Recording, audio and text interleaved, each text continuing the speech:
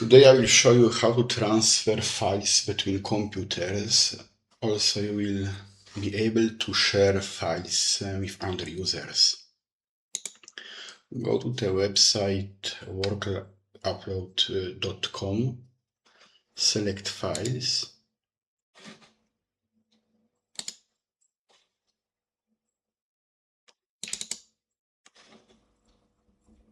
and push the button Save Now.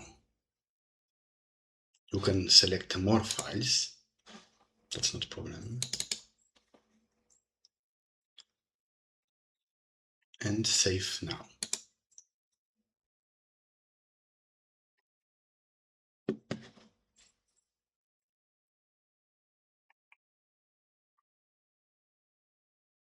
Now you can share the file, copying the file link.